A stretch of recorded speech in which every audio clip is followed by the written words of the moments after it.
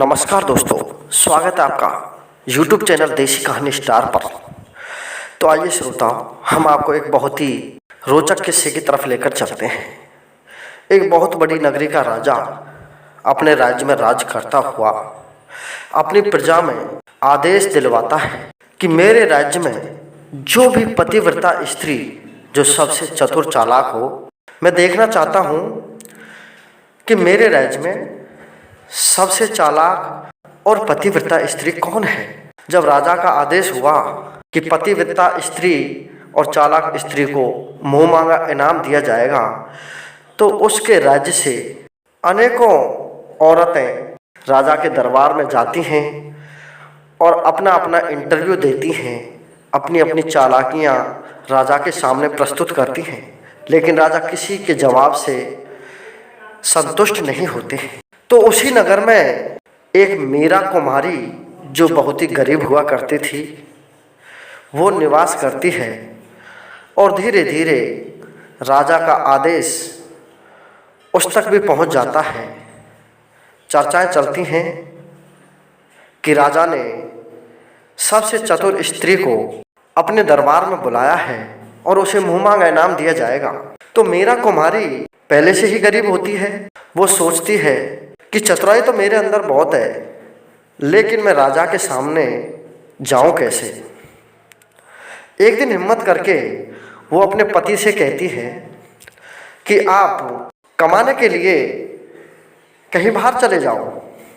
श्रोताओं, अपनी पत्नी की बात मानकर मीरा कुमारी का पति जैसे ही कमाने के लिए जाने लगता है, तो मीरा कुमारी कहती है कि सुनो पतिदेव, आज से 1 महीने बाद अमावस आएगी और उसी अमावस की रात को 10 बजे आपको वापस मेरे घर में आना है।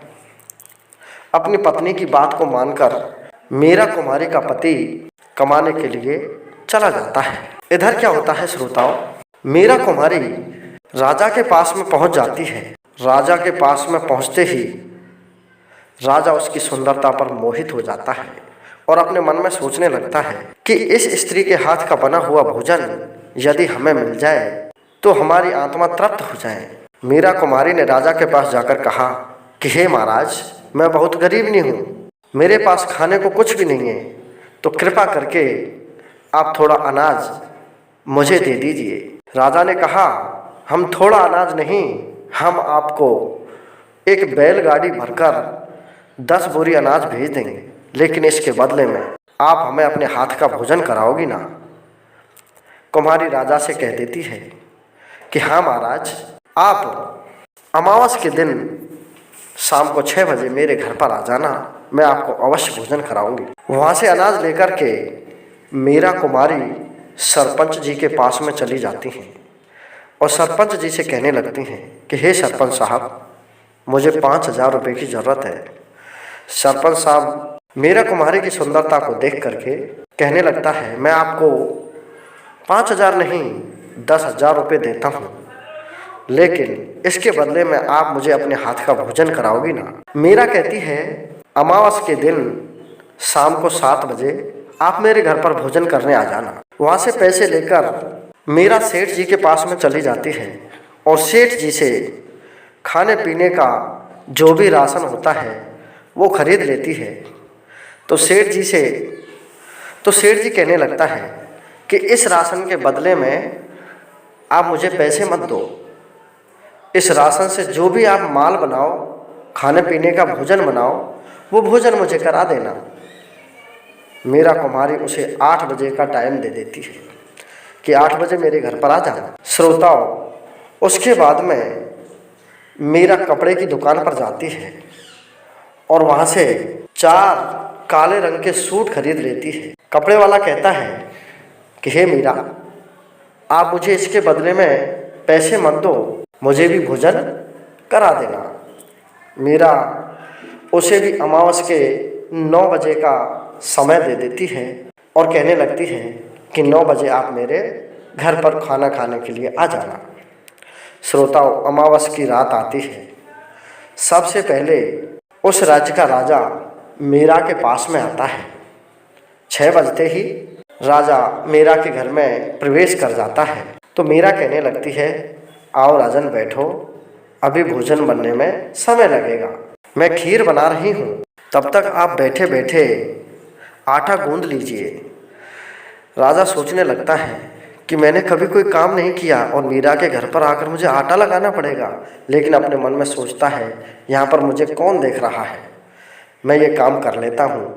राजा आटा लगाने लग जाता है। थोड़ा थोड़ा समय व्यतीत हुआ, 7 बज गए। 7 बजते ही सरपंच साहब ने कुंडी खटखटाई तो राजा बोला, ये कौन है? मीरा बोली, पता नहीं ये कौन है, मैं देखती हूँ, तब तक आप ये काले रंग का कपड़ा पहन करके इस कोने में खड़े हो जाइए।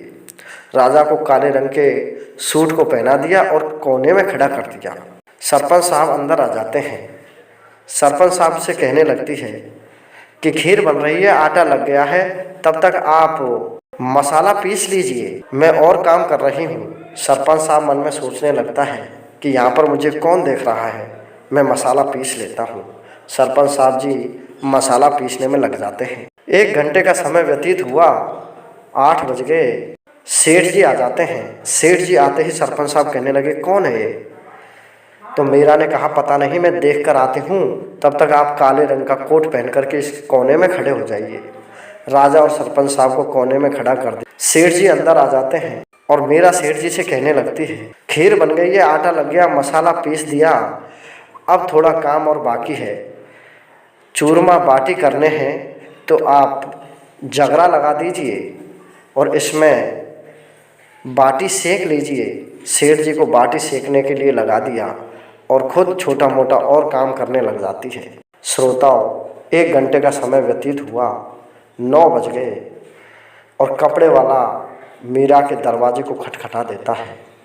मीरा सेम उसी तरह काला रंग का कोट पहनाकर सेठ जी को भी एक कोने में खड़ा कर देती है और अंदर कपड़े वाले को बुला लेती है। सारा काम तैयार हो गया, चूरमा कूटना बाकी रह गया तो मीरा कपड़े वाले से कहने लगती है कि सुनो, सारा काम तैयार है, अब आप इस चूरमे को कूट दीजिए, फिर हम दोनों साथ में बैठ करके खाते हैं। चूरमे को बनाने में 1 घंटे का समय व्यतीत हुआ। रात के 10 बज गए तो मीरा का पति दरवाज़ा खटखटा देता है। मीरा उस कपड़े वाले को भी काला कोट पहनाकर कोने में खड़ा कर देती है और अपने पति को अंदर बुला लेती है। अंदर बुला करके मीरा और उसका पति बड़े चाव से दोनों खीर, चूरमा, बाटी का भोजन ग्रहण करते हैं और आराम से सो जाते हैं। तो अब दोनों में बात होने लगती है। मीरा का पति उससे पूछने लगता है कि मीरा, मैं 1 महीने बाद में काम से लौटा हूँ, तो आपको कोई तकलीफ़ तो नहीं हुई? मीरा कहने लगी कि हे पतिदेव, मैं पतिव्रता हूँ, मुझे कोई तकलीफ़ नहीं हुई, ना मुझे किसी ने स्पर्श किया, लेकिन रात के जैसे ही 11 और 12 बजते हैं तो 4 यम के दूत काले कपड़े पहन करके और मेरे कमरे में आकर के छुप जाते हैं। वो मुझे डराते हैं लेकिन स्पर्श नहीं करते हैं और आज भी मेरे हिसाब से वो आ गए होंगे और हमारे घर के अंधेरे कोने में छिपे होंगे, तो आप ऐसा करिए, उनको भगा दीजिए। मीरा का पति एक लाठी लेकर के कोनों में हुदी के मारता है तो एक एक करके चारों वहाँ से काले कपड़े पहने हुए थे, चारों भाग जाते हैं। श्रोताओं, चारों ने ये वाक़या देखा कि मीरा कितनी चालाक और चतुर निकली। अब मीरा सबसे पहले राजा के दरबार में पहुंचती है और राजा से कहने लगती है कि हे राजन, मुझे मेरा मुँह मांगा इनाम दीजिए। राजा कहने लगा, कौन सा मुँह मांगा इनाम? बोला, आपने घोषणा करवाई थी कि मेरे नगर में जो पतिव्रता स्त्री और चालाक स्त्री होगी उसे मैं मुँह मांगा इनाम दूंगा। तो आपने स्वयं देख लिया, मैं पतिव्रता भी निकली और चतुर भी निकली।